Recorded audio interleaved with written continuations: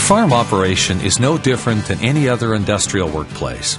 It presents employees with hazardous environments that require personal protection equipment, also known in the OSHA workplace safety world as PPE. We're talking about hazards like noise, chemicals, fire and heat, dust, sharp objects, an accidental impact by an animal, tool, or piece of equipment.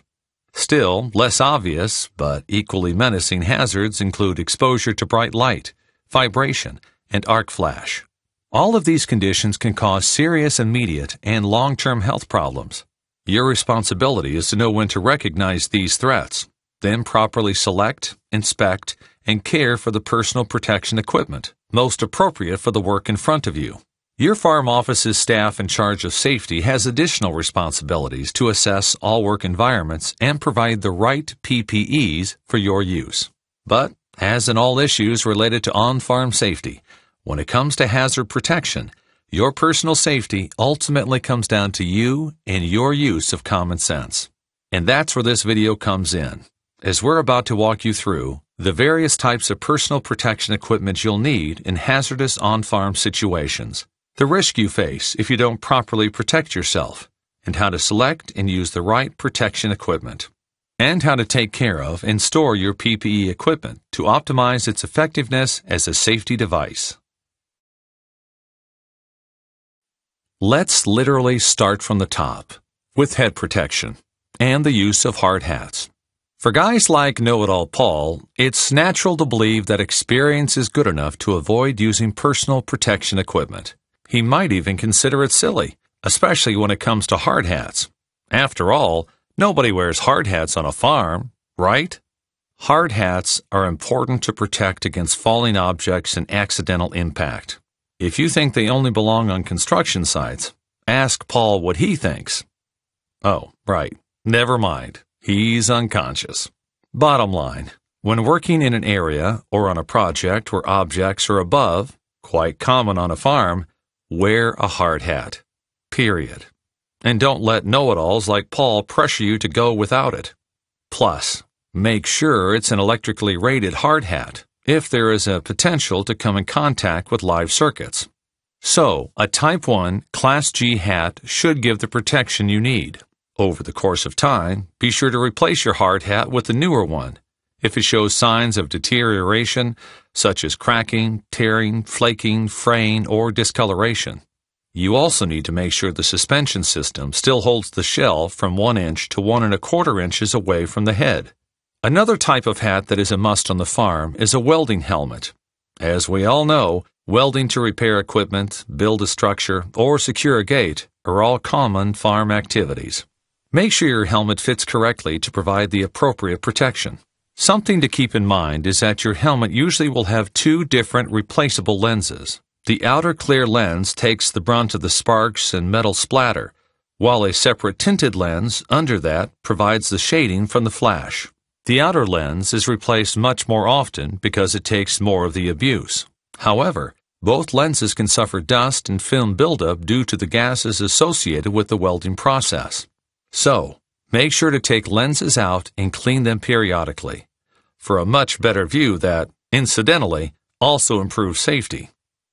Speaking of visual clarity, let's move on to face and eye protection. Memo to Paul. Making a fashion statement is the least of our concerns. No, instead, we're worried about flying dust chips and sparks, high heat, intense light, and particles from chipping and grinding. All of these factors can threaten your eyesight, with the potential to cause burns, eye damage, and even blindness. And each calls for a specific type of protection equipment. If flying chips or spark hazards are present, safety goggles are a must. For dust or non-hazardous mist, choose the vented variety. However, if hazardous chemicals are present, be sure to wear non-vented goggles. And in the presence of bright light, dark and UV-resistant lenses are the best option. A common but very dangerous chemical used on the farm is anhydrous ammonia. Although a separate video describes in more detail how to handle this material, for now, we'll emphasize that the required PPEs include chemical-proof goggles and rubber gloves. Another PPE that should be used around chemicals is a face shield. Keep in mind, Face shields are not designed to protect your eyes. Always use the right type of eye protection with a face shield. Next, let's talk briefly about hearing protection. 1 in 10 Americans has a hearing loss that affects their ability to understand normal speech, not to mention all the other sounds of life we take for granted. Bottom line, this isn't something know-it-all Paul should take lightly. When using power tools, especially if working in confined areas, such as small shops and around livestock, or when driving or working around loud equipment, such as grain dryer fans, combines, tractors, even everyday equipment like mowers, always wear properly rated earmuffs or earplugs. Make sure they're kept clean and fit snugly against the head or in the ear, with no gaps or leaks. And remember, hearing protection isn't just for the job site. It makes sense off the clock as well. Above all this, perhaps what is most dangerous about high decibel hazards is that the potential damage is rarely suffered immediately, which means that we're often fooled into believing we're just fine. Say, working with that old table saw. So we go back at it again tomorrow, and the next day. But this prolonged exposure, without hearing protection, is almost certain to cause long-term hearing loss. And, at some point in your life, you're going to wish you had played it safe all those years. Moving on, personal protection equipment is also necessary to prevent bodily injury, not something often considered on the farm. But if you think about it, the hazards aren't that uncommon. You must shield most or all of your body in workspaces that present exposure to heat, hot metals, scalding liquids, and chemicals. And in some cases, even bodily fluids, such as blood. Before jumping into the job at hand, be ready to recognize some of these threats and be prepared to cover yourself in fire-retardant clothing and other wearables that use materials such as rubber, leather, synthetics, and plastic.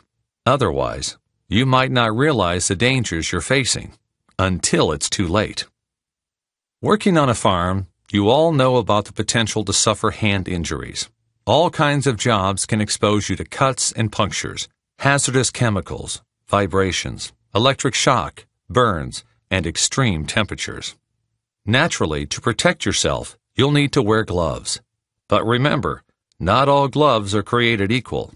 You should assess the job before choosing a glove made of a fabric, leather, insulated, or synthetic material. But more than that, make sure the gloves fit well. That's right, fit is extremely important. Taking a one-size-fits-all attitude comes with some serious risk, because loose material can so easily get caught in machinery or between bars or blades. To that same point, before putting on your gloves, also be sure to remove all jewelry, like watches and rings, even if it is questionable how Paul managed to find a wife. Finally, always be in the habit of inspecting your gloves before use, especially if dealing with chemical or electrical hazards. Chemical gloves do not last forever. Time will wear them out. So, be aware of their chemical resistance and breakthrough characteristics. In electrical situations, inspection is absolutely critical. You need to look for holes, tears, punctures, pits, or cracks. Feel for an embedded foreign object and make sure the glove material isn't swelling, softening, or hardening. Is the glove becoming sticky or losing its elasticity? Also check for other defects that might show a degradation of the glove's insulating properties. And always air test before each use. By filling the gloves with air, the expansion stretches the material, making cuts, ozone damage, and abrasions easier to detect. At the same time, listening for escaping air to detect holes. If an air compressor is unavailable, manually inflate the glove by rolling the cuff tightly to trap air inside. Then apply pressure to areas of the glove to listen for escaping air. Once your gloves are inspected and tested, you're good to go. But wait, we still have to cover foot protection. On a farm, you're looking at protecting yourself against large drums, tools, and other heavy objects that can roll or fall on your foot. Sharp objects, such as nails or spikes, can pierce ordinary shoes. Then you have liquid dangers, including molten metal that might splash, any hot, slippery, or wet surfaces, and corrosive chemicals. Once again, evaluate the job. this time based on its impact, compression, puncture, and chemical risk. You can even review SDS safety sheets as needed. Think about these risks before choosing your boots. Evaluate steel toe protection, sole grip, liquid resistance, and other characteristics. Make sure your pant cuff or some other protection covers the ankle, opening to your boot to prevent sparks, slag, and other hot or abrasive materials from falling inside. And before you put your boots on, do a quick inspection for cracked, torn, or worn areas, holes, rips, cracks, or loss of tread on the bottom and separation of the soles. And yes, especially if you farm in southern states, insects and rodents. Ask Know-It-All Paul what it's like to discover a scorpion or poisonous spider the hard way. Now that we've explored all the different hazardous situations and health risks posed to farm operators, let's cover some points about making the right equipment choice. First, select for equipment that provides protection greater than the minimum required. Make sure you're aware of all the warning labels for, and limitations of, the PPE you're considering. Notify your supervisor if the necessary equipment is not available.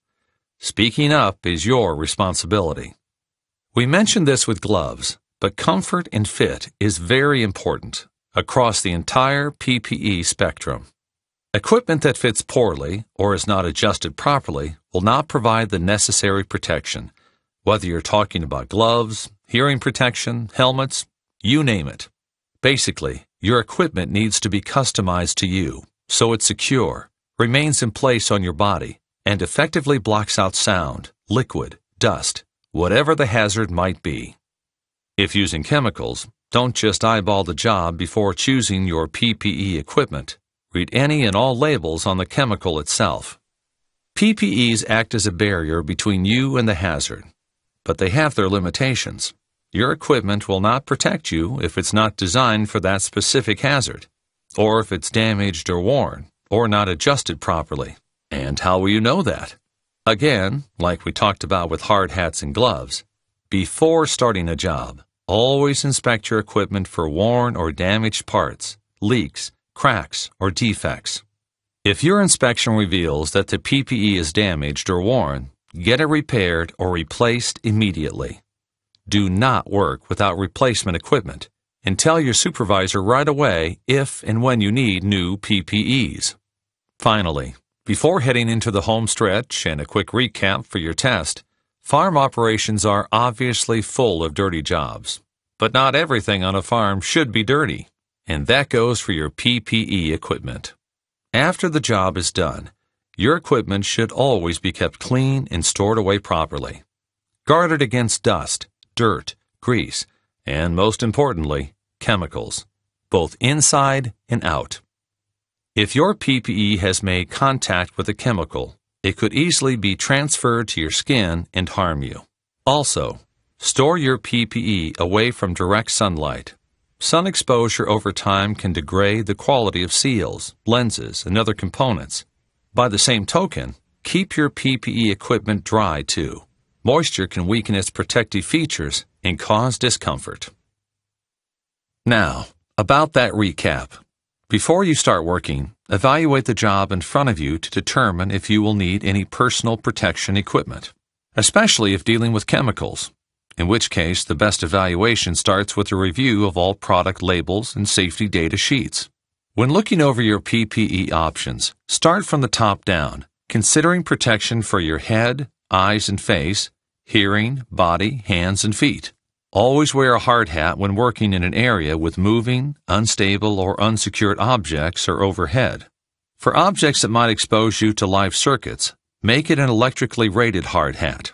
Protect your face, especially your eyes, in conditions that involve flying sparks, chips, particles, or chemical fumes and liquids, choosing the right goggles according to the particular hazard. And remember, face shields are not a replacement for eye protection. They should be used in tandem with eye protection, be it goggles or safety glasses. Always use hearing protection, on or off the job, if you're being exposed to continuously loud music. To protect against bodily injury, remember that clothing by itself is not sufficient against hot liquids, metals, or caustic chemicals. Hand protection is more than just throwing on a pair of gloves.